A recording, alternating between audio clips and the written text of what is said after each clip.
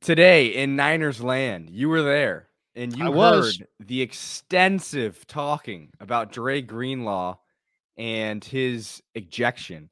I Dom wanna D'Alessandro, yeah. Dom Before this, Dom that. before you give any Freaking hate that opinions, guy. I'm just gonna play the clip from, the presser today, and then you can give me your reaction to it, Okay, okay? let's hear it. For all the sideline stuff with Greenlaw last game, he did pick up the personal foul for the way he tackled.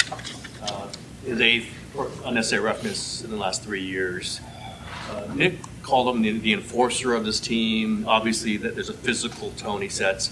How important do you think that is, and how close to the line do you worry about a player like that? I think it's extremely important, and I think Dre's as good at it as anyone I've been around. I think Dre is our enforcer. He's our most physical hitter. We got a lot of guys who hit, but I think it's when he shows up more than others, which when his own teammates say that, I think that's the respect they give him. I think Dre is unbelievable at it, how physical he plays and how hard he goes. The fact that it always looks close, but I know how hard Dre is not a dirty player at all.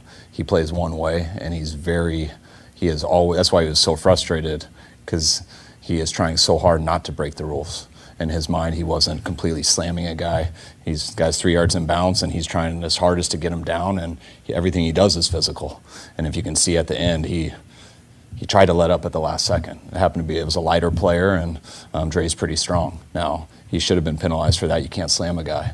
I know the person. I know how hard and conscientious he is. I know how hard the one time he got ejected for the helmet-to-helmet on Herbert, and he should have, but that was a cutback and him trying to go right to the change, and it was just an unfortunate deal. But I've seen some physical guys in this league who do lean towards the aggressive side, not in a good way. And I can't tell you guys how hard Dre tries to not get a penalty. And when he does, it's usually right there on the line. And when you're a physical player like him, that to me jumps off the screen to not just players in the league, but to the fans and anyone, they look for it. And it is a fine line, but his intent is exactly what you want in a football player.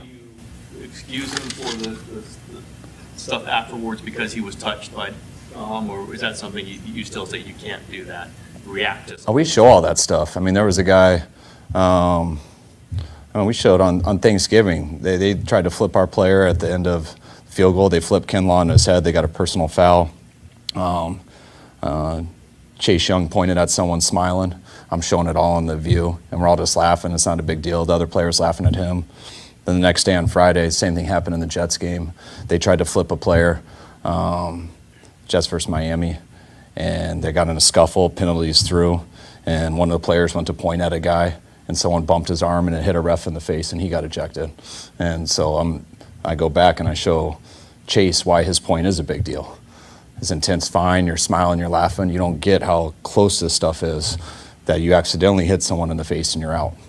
I was shocked. I stick up for Dre that he was put in a situation from somebody that didn't have to do with the game.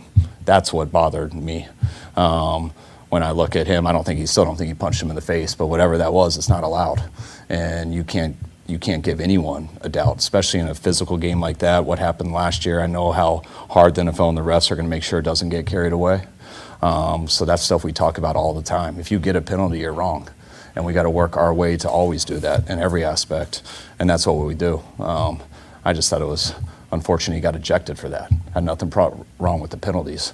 I just was surprised he got ejected for what he did and to someone who wasn't involved in the game. Do you feel that he has developed like a reputation unfairly and doesn't get the benefit of the doubt in those like 50-50 moments? Yeah, well, I think it goes back to what I was initially saying about him. When you have someone who plays the way he does, that's what people are looking for, because it's always close. But that's why every time he hits someone clean and stuff, you usually see sidelines pointing out what he did wrong and stuff, because he's just a physical player, and that's why he's so good. But it's not something like, we have a big problem here with 15-yard penalties. There's nothing where I ever said to anyone, well, that was well earned. Like, that's not how we roll at all. Our players know that. They know how I am, how we are, and that's why Dre, I can't tell you how much Dre's apologizing to me after the game. It's not him giving me excuses. It's him saying, Kyle, I'm sorry I let you down. And it's just, I get what happened, and it can't happen. That's what we coach, but that's why I love dealing with the guy. What would you do if Mike or someone pushed a player on another team in that situation. I also don't think he pushed the guy that bad. So I'm not trying to build that up either. Like, I think it was kind of, I think that stuff happens all the time. And people break it up, there's no penalties, and you go back and you move on with your life and you get it going. Dre just got ejected. And then when they look at why, well, I guess then that guy should too. But that's why I don't want that guy made an example out of, and I just think we should have kept it moving, personally.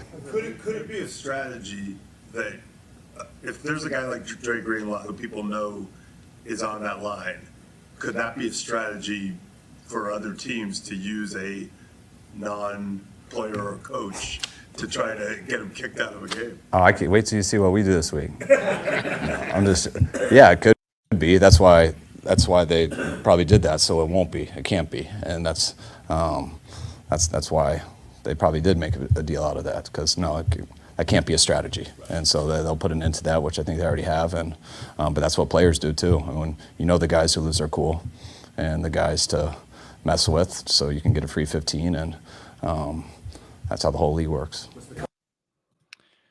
Anyway, so that was a little bit of the press. There was even more questions after that asked about it. But what I mean, not about just the presser, but like what is your take on just the whole interaction? Okay, let me just say this real clear for the people in the back. All non-essential personnel get the fuck off the sideline. Simple as that. If you have an essential reason to be there, then be there. If you don't have an essential reason to be there, get lost. Go watch it somewhere else. Okay, that's it. That's the entire point. Don't tell me that guy's security. Security guards wear yellow jackets and face the stands. He's just a favorite son that they've given sideline passes to, so because they like him, because he hangs around the team and they like him. He's not securing anybody. Who's he securing? He's not what is he? Is he worried about the other team? I mean, is he there for the one chance that a brawl breaks out? I mean, it's just like, and if you watch the all 22 like I did, you'll see there's 2 or 3 other examples in this game where Big Dom was inching closer to going on the field. There was an Ayuk play on that sideline where he kind of lunged towards the field. There was another play where he kind of lunged towards the field. This is a great one. Outside the echo chamber says, but Larry had an earpiece. Yeah, great. Take your freaking earpiece and get the hell out of there. If you're all non-essential personnel, get off the sideline. That's it. You know what I mean? Don't tell me he's there. And Sirianni's a fraud. Sirianni came out and said that he was glad or he was hoping that nobody would be ejected. We saw you on the sideline saying 57 has to be ejected.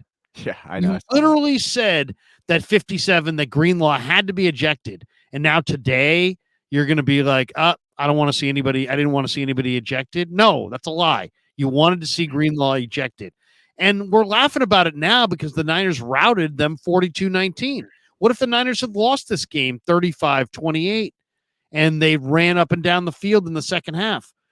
The Niners had their best defensive player, their leading tackler at halftime, taken out of the game because of that, because of a point that hit some guy in the cheek. You got to be kidding me. And Barstool had the audacity. I mean, those guys are just intellectually dishonest. Those guys had the audacity to say that he punched him. I saw it in print on Barstool. Dre Greenlaw punches Dom. He didn't punch him. If he punched him, he'd still be out. He'd still be out. They'd carry his fat carcass back to the hotel if Dre had really punched him. What a joke, punched him.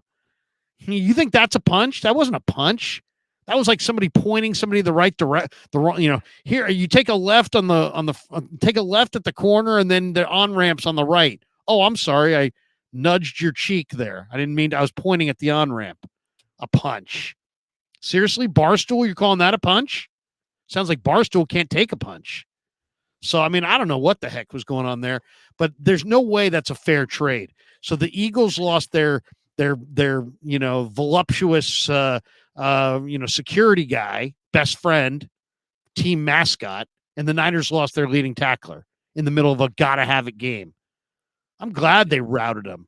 At that point, that was embarrassing. That is embarrassing.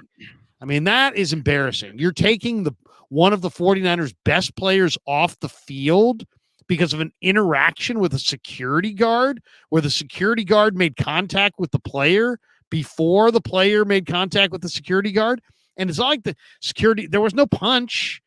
I mean, the security guard, what they both broke norms, but you can't eject right there. You can't impact the final score, the outcome of a game. What if that had been the quarterback? So what, we have different rules? What if that had been Jalen Hurts and this was at Levi's? Now is that the precedent you guys want to set? So now anybody who puts their hands on Jalen Hurts in a game at Levi's in the future, if Jalen Hurts in any way makes contact with that person back, he's automatically ejected. Oh, I'm sure that's going to go over real well. I mean, this was a bad moment for the officials. The fact that New York actually reviewed this and decided to eject Dre Greenlaw is criminal, absolutely criminal. And the only reason we're not bitching about it is because the Niners routed them anyway. Otherwise, could you imagine if they had rumbled for big yardage in the second half on the ground with no Dre Greenlaw? No, yeah, would have been terrible. Terrible. I think the league has the league would be right now. People would be calling that a fix. The league isn't dumb. They review this shit and they know that this can never happen again. There's just no way you could ever have a non-essential person, not even a coach, not a player, just a security guard affect a game of this magnitude that much. It just can't happen. And I think like there was some people that were kind of overreacting on Twitter and saying this is a travesty. It kind of is. It kind of is a terrible. It is a travesty. Yeah, it's kind of a terrible. It would be like if all of a sudden they put me on the sideline and I'm just heckling the hell out of Lamar on Christmas night. Lamar, you suck. You suck, Lamar. You suck. And then he comes over to the sidelines and I grab his shoulder pads and I kind of put my hands on his shoulder pads. And then he kind of points at my fat cheek and he kind of, I'm down. I'm going down. Lamar's out. Krug's out, but Lamar's out. All right. Krug's not going to be able to do the Krug show from the press box, but Lamar's out. And then I walk off the field like this, just like conquering hero. Yes, I got taken out, but I also got Lamar taken out. Yes. And the Niners go on and win the game, get home field in the playoffs, and the road to the Super Bowl comes through Levi's because Kruger, somehow got Lamar to poke him in the cheek. Also, I mean, it brings up another question. I just think that the level or the throwing players out of a game is just so lame. It's just no more fining players. No more. Seriously, don't stop fining taking. Is fining. Fining is not fining. Do not take their money. The NFL is a multi-billion-dollar industry. Stop taking guys' money out of their pocket because their socks are too low. Yeah, no, but they're doing it for safety, and the number you can argue whatever. That's one thing. Throwing a player out of a game. There are 17 games in the season. That's absurd. That's totally not absurd. It's not a baseball ejection. It's not a basketball ejection. Ejection, not objection. But still, throwing someone out of a football game is like throwing someone out of a baseball game for 2 weeks, of a season. That's absurd. You can't. And for the level, the pressure. Let me think about it. You just incentivized every moron on the sideline to antagonize players in the game. Yeah. Because any contact with that moron gets the player ejected. I mean, it just can't happen. I mean, it's just they didn't think it through. They didn't think it over. Yeah. I think that the precedent has been set at such a low bar to get ejected in the NBA and in the NFL. It's set at a level where the lowest it's set, it's like you can never go as soon as it's set at a certain point, it's always going to be at that point. And they've set it at such a low bar that it's all it takes is one mistake from Dre Greenlaw and he's out for the game. And I just don't think that's fair. And I think the NBA really has a problem with it because in the NBA, it's like you laugh at an official, you're gone for the game. It's stupid shit like that where it's like, are we kidding?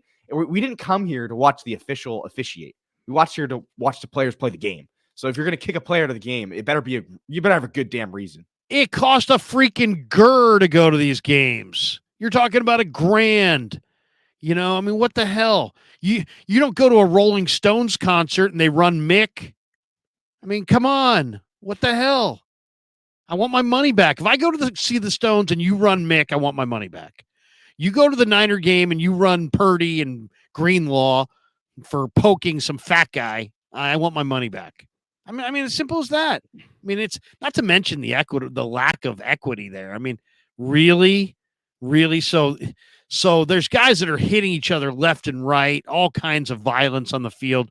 But because a linebacker poked some security guard who had already put his hands on him in the cheek, he needs to be ejected. It was the least violent thing that happened in the last 10 minutes of that game. Ejected? I may try that. The next game. Get down there on the sideline. I just poke Lamar. Have him come over to me and poke me back. I then go to the ground. I'm like Podjemski, like against Durant the other night. I'm down. Krug's down. The whole crowd is Jesse Wade. The whole crowd's chanting, Larry. I'm being carried off. We've got home field advantage. Lamar and I are both kicked out. It would be ridiculous. And what we saw last night was ridiculous. That was ridiculous.